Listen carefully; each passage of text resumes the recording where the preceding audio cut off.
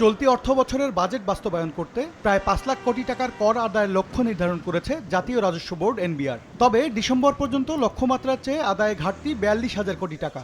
ঘাটতি পূরণের সহজ উপায় হিসেবে গেল মাসে শতাধিক পণ্যের উপর ভ্যাট ও সম্পূরক শুল্ক বাড়ায় এনবিআর, যদিও কিছু পণ্যে বাড়তি কর প্রত্যাহার হয়।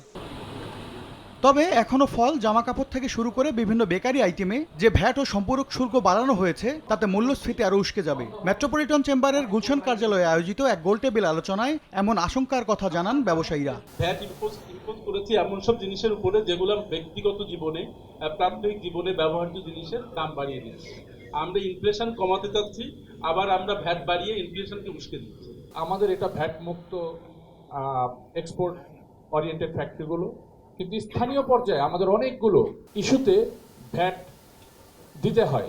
দেশের সবচেয়ে বড় শিল্প খাত তৈরি পোশাক মালিকদের অভিযোগ, কর আদায়ের নামে তারা অনেক সময় জুলুমের শিকার হচ্ছেন। এছাড়া চাঁদাবাজির কারণেও বাজারে বাড়ছে পণ্যের দাম। এখনো ওই কারণ বাজারে, যাত্রাবাড়ি, যেখানে ঢাকা শহরে বাইরে থেকে এসে যোগানটা আসছে, সেই জায়গার চাঁদাবাজিটা কিন্তু এখনো বন্ধ হয়নি।